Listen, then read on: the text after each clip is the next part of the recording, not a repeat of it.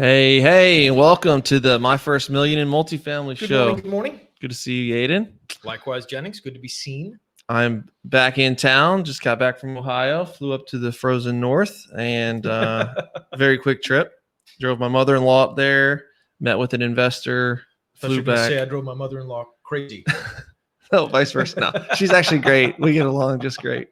Love you, Kathy. But yeah, no, just waiting for some people to jump on here. Let's talk about the giveaway. So we've got the 5,000 or 20,000 in equity that we're giving away. Round one is 5,000. So if you are one of the 300, you're eligible for that. If you're not, you're eligible for round two, which is also 5,000. So let's grow this group up. We're at 2,300 members right now. First round is 10,000. So go ahead and hit 10 people, invite them to the group. We'll let them in. Let's build this up so that we can get more deal flow. I mean, I'm really seeing that pick up. People are posting deals in here. People are wanting to invest, raising money, connecting with sponsors. I think I saw somebody post like a 20 unit that they found in Indiana, but they don't know what to do with it. And that's where, hey, I mean, if you're that's local, where these connections are so valuable to Indiana. Mike Hochsteller, I know you're in Indiana and we're doing a deal together. Yeah. Call that guy, that's a little too far for me right now for that size, but there's tons of opportunity in this group, and the bigger we get, the better it's going to be. That's right. But today, let's get into it. So we are talking about not what do you want, but what do you not want? Ripping some of this off of my mentor here. But Yaden, sometimes I find it's easier to say what you don't want. We have these feelings like, man, I hate this. I hate that. I don't want to do this. Well, I think it's easier to think about that because in a regular day-to-day, you're always faced with, oh my gosh, I hate this job. Nobody, my boys do not like unloading the dishwasher, but it's their morning chore to unload the dishwasher, right? Nobody likes, maybe some people do, but it's that sort of thing. But in business, what do you not like? What do you not want your business life to look like? That's often, just like you said. Yeah. So if you're watching, put it in the comments, drop in the comments. What do you not want? I mean, we'll get to that later in the show. We're going to talk about some of that stuff, but tell us, hey, what is something that you hate to do? Doesn't even have to be business related, but just the feeling you have, right, or the way your life's going, or something you want to change, or something about your, like, I don't want to wholesale anymore. I want to buy and hold, or I don't want to do paperwork, or whatever it is. So whatever it is. Yeah. So it's an exercise. So I wrote down on a yellow legal pad, what do I not want? And there was a lot of things on there, and it really surprised me as I got into it. And that exercise led me to quit my job and go into multifamily full time, because I realized, like, my job before was I was running a franchise, and I was in construction, and we were growing the franchise in my region. And every contractor that we took on, I really, really felt beholden to them. I had to coach them. I had to help them convert their business. And it was just this really, really... like you were responsible for their success. Sort of. I felt like that. I really did. And I like helping people. But at the same time, every person that I took into this system, I just really felt responsible for them. And I take it very seriously. And I didn't like it. I was like, if we have 20, 30 guys in my region, like, this is not going to be good for my mental health. This is not what I want to do for the rest of my life. I had a very similar feeling and perspective from residential real estate brokerage, feeling responsible for my client's success in the transaction, whether buying or selling. And I mean, when you feel responsible for someone else's performance or active production, that is stress. That's a huge amount of stress. And that's partly why I was interested in jumping into the property management with you when we did that, because, like, there's much less responsibility for a rental property's success at large. Nobody thinks of a property manager as, oh man, you're the person who rented my house. But everybody thinks of an agent like, oh man, you're the guy. Why haven't you sold my house yet? Right. Why can't you find me a house to buy? So everything in my prior life was, it was kill and eat. And even some of the ongoing stuff, though, if I felt a little too beholden, it was a royalty program. So I got paid every month. I had some passive income. But now I have the best of both worlds. I sold my interest in that. I get the passive income from it, and I don't have to do it. I can do the multifamily. So, but being beholden. Yeah. So I think that's a great exercise is to write down on a legal pad, like, what do I not want, and list out 10, 20, 30, just keep going until you can't think of anything else that you just don't want to do anymore. Toby's showing a comment here. I don't want to be so transactional. Amen, brother. It's huge. If you're transactional, you're always hunting. You can never stop. Well, like who said that? If you don't figure out a way to make money in your sleep, you work until you die. Yeah. That's just the way life is. You just have to continue to churn out the next transaction. That was one of the things I wrote down, that I didn't want to have to go to work every single day to create value or to create income. To find the next client. So, okay, Yaden. What do I want? Yeah, what do you want? What do you want? Just like, just a normal guy, I would like to have $1 million cash in the bank. $1 million cash in the Simple. bank. Simple. I'm not complicated. Okay, I'm going to throw you a twist here. Okay. All right. I will give you $1 million. Okay. I will give you $1 million. All you got to do is So far. All you got to do is one thing. Okay. Just one job. Then you're done. It's not like ongoing. Just one thing. Okay. Just got to kill somebody. Bullet, head. What? No way. That's. Hey, you want the $1 million? Well, yes. What are you willing to do for it? Not that. No way. And that's kind of like what we're talking about, why it's important to understand what you don't want. Because, I mean, you know, obviously Yaden has a moral code. He's not. Right. Yeah, no. Not crossing that line to make $1 million. And that's an extreme example. Another extreme example is like, hey, I'm going to pay you $400,000 a year, but you essentially got to be my slave. You know, you got to work for me 60, 70 hours a week. You're not going to build anything for yourself. You're only going to build for me. And are you going to take that deal? $400,000 a year. That's not nothing, but still no.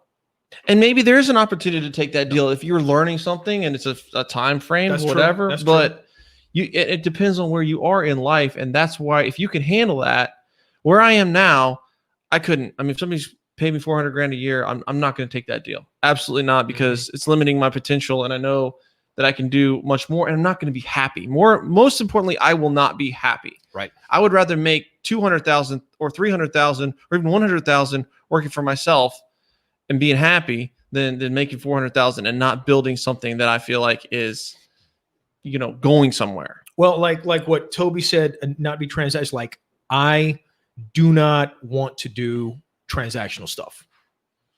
Like, if it's transactional, you know, I try and avoid it, because that just doesn't build the future. For sure. And It doesn't. if you think about if you're doing things that don't have an exponential category to them, where it has the potential to get really, really big, which is why I like the multifamily. And I talked to you guys about, hey, if you get a single family house or a duplex or whatever, or a 12 unit, and you're only getting a few $100s a month, that's okay, because that can build on itself, and it will. You will get bigger opportunities. You'll have more experience. You'll be more bankable. And before you know it, you're knocking down a 50 unit, a 100 unit, a 200 unit, 1,000 unit portfolio, where you're working with hedge funds, you're working with 1031 people. Like, it can really build. And I'm talking fast, just a couple of years. But if you're just trading your time for money, or doing the things that you know you shouldn't be doing or don't want to do, that are transactional, those kind of things cannot happen typically. Right. Okay. So what are some things that you're doing, Yaden, that you don't want to do right now? I'm glad you asked, Jennings. Thank you for asking. I will tell you. So the stuff that is my day-to-day, week-to-week, like just this morning, I discovered an error in some software and some funding where investors have been paid from the incorrect bank account for some distributions in the past month. And now my job the rest of the day is to dig into the accounts and unwind everything to figure out how to balance these accounts so that the right property is paying the right investors. So I don't like this stuff. So we're telling publicly the internet that we're commingling funds. Is that what you're saying? No, we're not commingling funds. We're straightening it out right now. The funds are not commingled. It's the funds were getting drawn out of the wrong accounts, so we got to get that straightened out. But yeah, that's going to be a huge pain in the butt. It's like all just the accounting stuff I do not enjoy at all, but it has to be done. It has to be done to keep everything on track. But we know that that's something that we don't want to do. So Yaden's not going to go down the track of becoming like, a CPA Yeah. or a CFO. Like, I mean, CFO for a big company I'm is not going to figure out how to be- do this at 100%. Exactly. I'm going to make sure it gets done. And as soon as we can, we're going to find someone else to handle this for us. Exactly. Because there are definitely who's to do the how, Yeah. who to do the how. There's somebody that could figure That that are way out, better at it. unwind that. And we're growing, we're getting there. But I would say a facet of something that I've been a little bit frustrated with is a lot of travel. Like if you guys are following us, you know that I've been traveling a lot. Like we went to Texas and it was unfruitful. There was no deal there. And then I have to go to Tulsa in 2 weeks. Yeah, got to go to Tulsa. And there comes a lot of travel with this, especially when you're reaching out to other communities. And that's something that doesn't necessarily have to be me or Yaden, or we could trade off on that and cut it in half, or we could find and train somebody that we really trust and assign them to do that. And they would love that. Maybe they don't have 4 kids at home like we do and a wife and, and they're old and they don't like sleeping in their own bed. And all this, I'm very. I now understand why my dad took his own pillow places, which I made fun of him for my whole life until now. Right. So that's something that it's like I'm not super thrilled about. And I wanted to bring up a couple of points on this post I made where I said, I know I'm being successful when, and I feel like a lot of people thought that this is something that I have already achieved. I'm working towards this. And it's something that I got out of Who Not How, which is a phenomenal book. But this is the target. Also, it's a moving target. I can wake up every day and ask, what would I like to do today? I mean, that is so huge because if you're there, you have what would I like to do today? Not accounting. You have your team set up. You're working on the things that you're passionate about. I like to put stuff under contract. I like the thrill of like closing it. I like raising money. Those are the things that I really like. Some people absolutely hate raising money. They don't want to talk to investors. They're more like, I want to like figure out the water bills and the operational efficiencies. And if we can increase or decrease the expenses by 2%, we can add $400,000 to the value of that building. And that's super valuable. And that's huge. That's huge. Exactly. And they don't want to be in the uncomfortable, like bull in the ring, negotiating those contracts. That makes their skin crawl. And so you've got to figure out the who to do the how in those things and understand this is what is going to make me happy. And this is what's going to really not make me happy. My passive income exceeds my lifestyle. I mean, we talked about that, the transactional versus the passive. For cash flow, I want to talk about cash flow for just a second because I just reread Rich Dad, Poor Dad when we were flying home from somewhere. And he makes the point that you really do achieve freedom when your cash flow exceeds your expenses.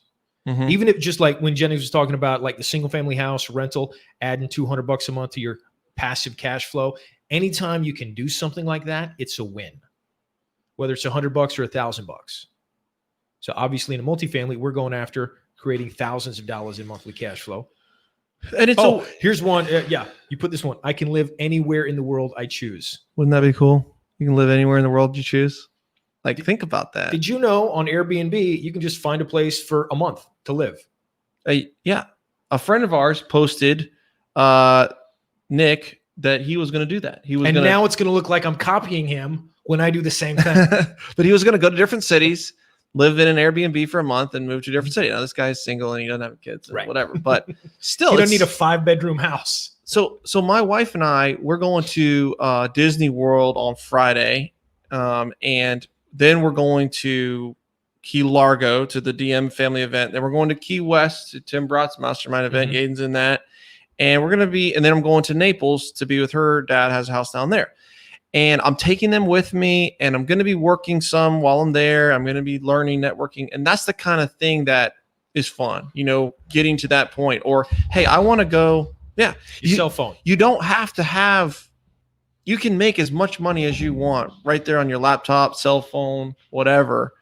We live in this awesome, awesome age where, you can live in St. Thomas. I think it would be amazing to go to the Exumas, sail around. I've already looked. A flight from Cuernavaca, Mexico which is where I want to take my family to learn Spanish.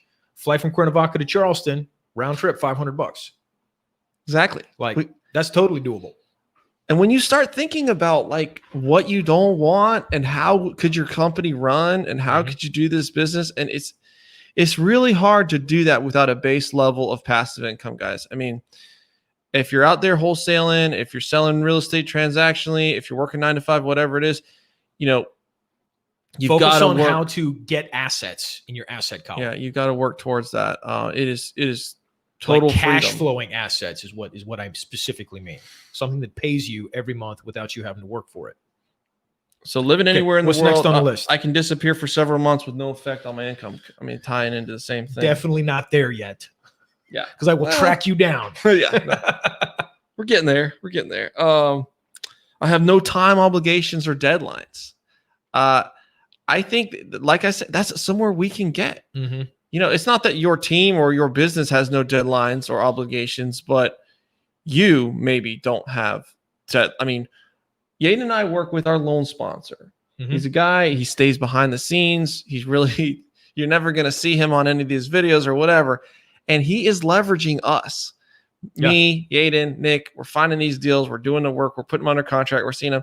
He's getting, he's getting paid. He's getting paid. Oh, yeah. He doesn't have any deadline. The only deadline he ever has is like, hey, please sign this. We need you to sign this for the closing. Like, that's all he's got to do. Closing's tomorrow. Please make sure you have this overnighted. Exactly. And that's awesome, man. And I mean, and he hustled to get there. He hustled, but he built his company right. Mm-hmm. And he has his CFO. He has his CEO. He's partnered with Nick, who is his to build his real estate portfolio so that he doesn't have to build it. And Nick partnered with us to help him.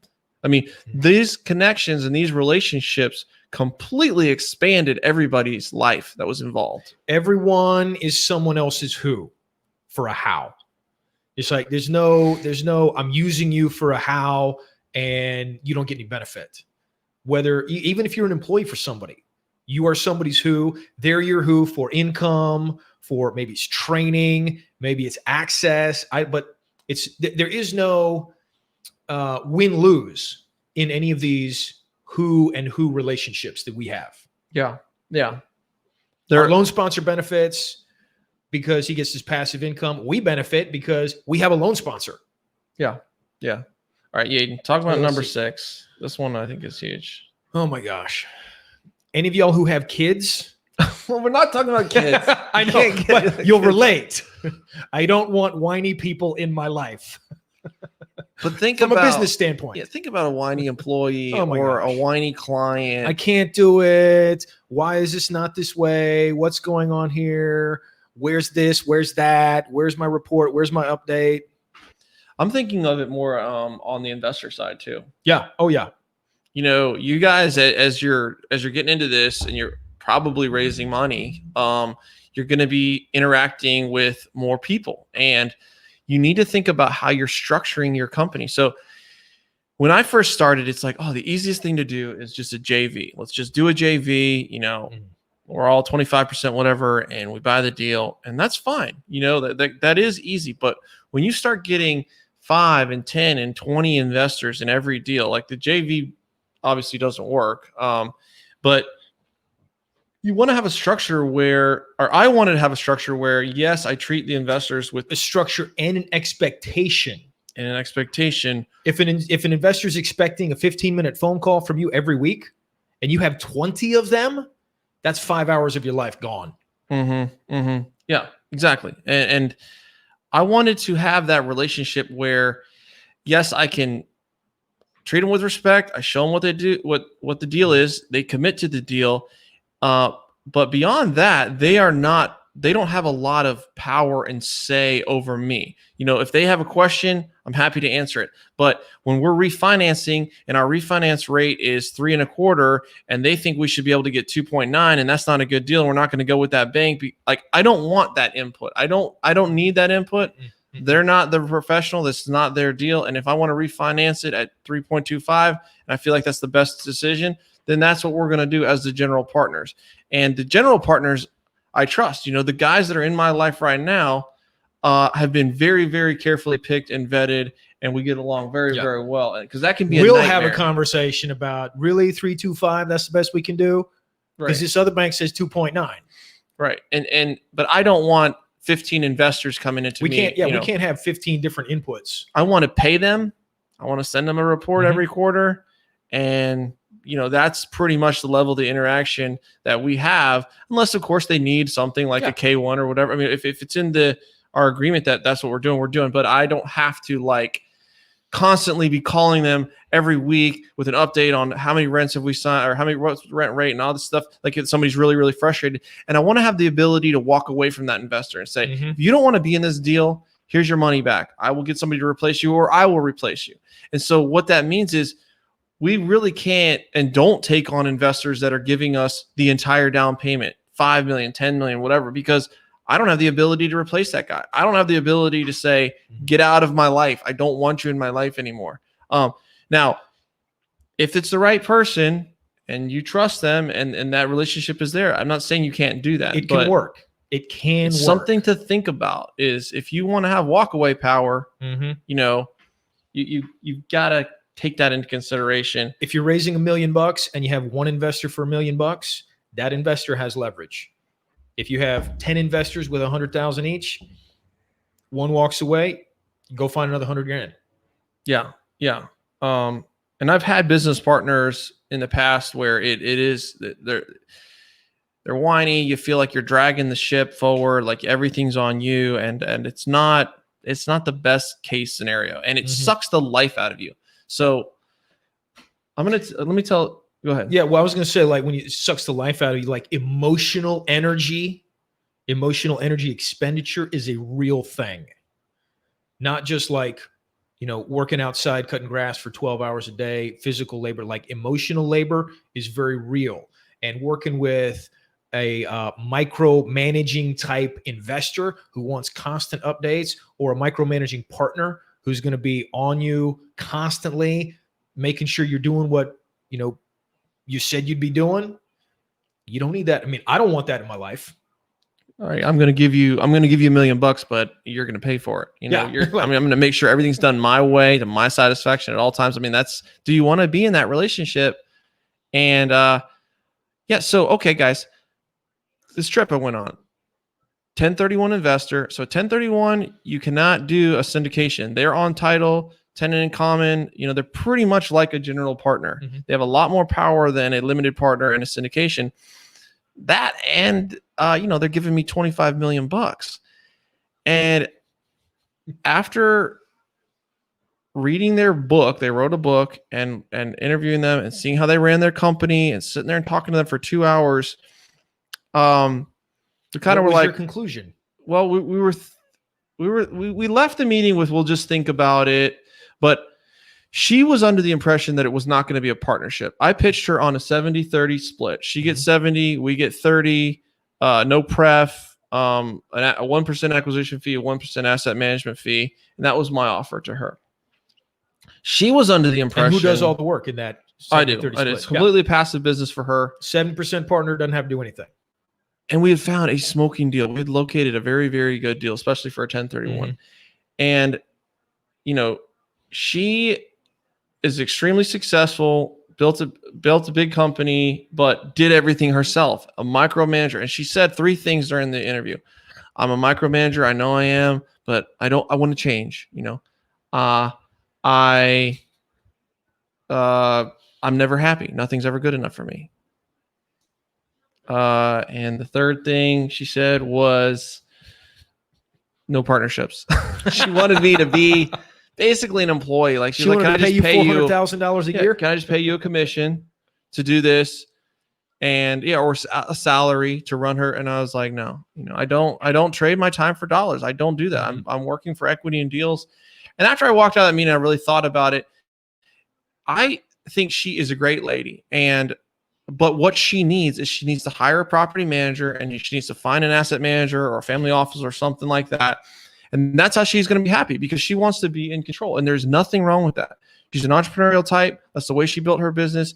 But you got to think like it's got to be a good fit for both. Mhm. And it wouldn't be a good fit either way. I mean, I would be resentful. I would be mad. She would never think I was doing a good job. She'd always think I was trying to be the boss and blah, blah, blah, blah. And she didn't There'd appreciate be friction, me. nonstop friction. Yeah, it just wasn't going to Nonstop work. friction. And so, and I was totally good with that. But, you know, you think about, man, 25 million, I could buy $75 million worth of stuff. I mean, we're talking buckets of cash flow. Like this could be a really, really big deal. But it's sort of like, yeah, but are you willing to you know, put a bullet in someone's head over that? Yeah. Like, are you going to do something that you know you shouldn't? Are that you you're willing not going to be to happy? give up, take all that stuff off the table?